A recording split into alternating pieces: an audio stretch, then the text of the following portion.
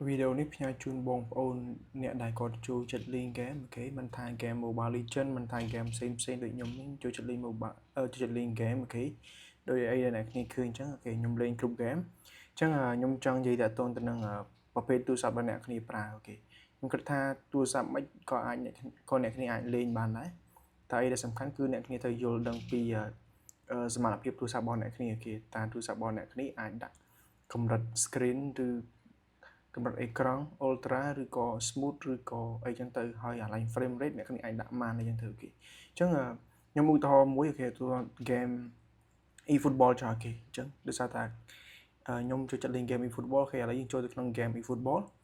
ហើយដើម្បីឲ្យលេង game e-football មួយ smooth បានអ្នកគ្នាត្រូវដឹងថាគេវាមាន setting អីខ្លះទាក់ទងទៅនឹង graphic របស់វា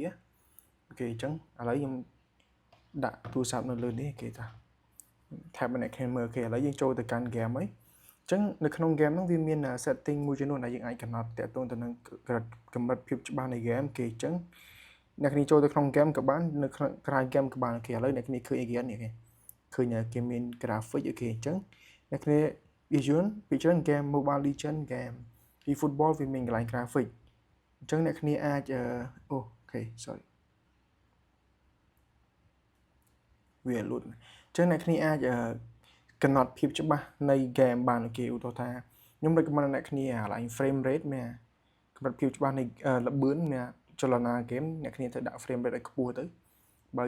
ទូរស័ព្ទអ្នកគ្នាដល់100 frame អ្នកគ្នាដាក់100 frame ទៅសម្រាប់វាក្រោមអ្នកគ្នាដាក់ក្រោមទៅគេហើយចំណែកឯ graphic game អ្នកគ្នាអាចដាក់បែរទៅលើទូរស័ព្ទរបស់គ្នាគេថាសម្រាប់អ្នកគ្នាអាចរត់បាន graphic high ឬក៏ទៀបឬក៏ខ្ពស់ទៅអូខេសម្រាប់ខ្ញុំ set មកល្មមអូខេខ្ញុំអាចដាក់ high graphic ដូចជាតើតើទៅនឹង e-football ជាមួយនឹង player graphic ខ្ញុំដាក់រៀងច្បាស់តែតើតើទៅនឹង stadium យើងអាចមិនដាក់ក៏បានឬក៏អត់ក៏បានដែរដោយសារវាធ្វើឲ្យ speed game របស់យើងវាស្រួលវា smooth វាអត់ទេអូខេអញ្ចឹងបើសិនមកនេះគេថាវីដេអូមានប្រយោជន៍កុំភ្លេចជួយចុច like ចុច follow ដើម្បីទទួលបានវីដេអូថ្មីៗពីខ្ញុំអូខេជួបគ្នាវីដេអូក្រោយបាយ